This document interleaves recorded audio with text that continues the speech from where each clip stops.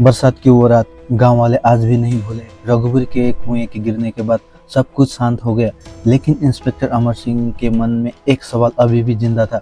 अगर रघुवीर मर चुका था तो वापस आया कैसे? अगली सुबह अमर सिंह, सरपंच और गांव के कुछ लोग पुराने कुएं के पास पहुंचे। बरगद का पेड़ बिल्कुल शांत था, ना कोई कौवा और ना कोई आवाज, जैसे वहां कभी कुछ हुआ ही ना हो। लेकिन तभी अमर सिंह की नजर कुएं के पास पड़ी मिट्टी पर गई। वहाँ किसी छोटे बच्चे के पैरों के निशान बने थे, पीली मिट्टी में बिल्कुल साफ। सरपंच घबरा गया। यह निशाना यहाँ कैसे? क्योंकि गांव में उस रात कोई बच्चा घर से बाहर नहीं निकला था। अमर सिंह धीरे धीरे उन निशानों के पीछे चलने लगा।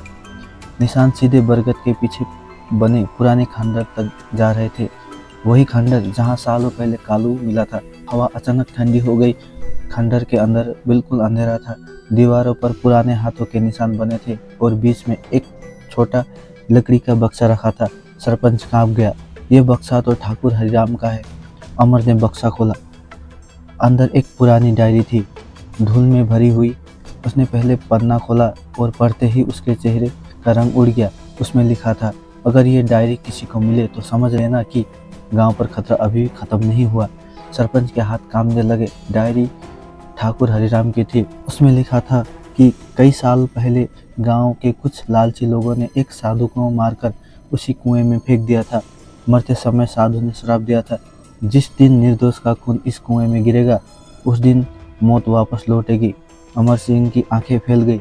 निर्दोष? तभी उसे याद आया, कालू वह सिर्फ एक कौवा नहीं था, वह श्राप का रोकने वाला आखिरी रक्षक था। रघुवीर ने जब कालू को मारा तभी श्राप फिर जग गया।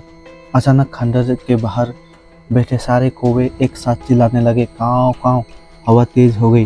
डायरी के पन्ने अपने आप पलटने लगे और आखिरी पन्ने पर सिर्फ एक लाइन लिखी थी, रक्षक चला गया, अब अगला कौन होगा? तभी खंडर के बाहर से एक बच्चे के हंसने की आवाज़ सुनाई दी, बहुत ही धीमी और डरावनी।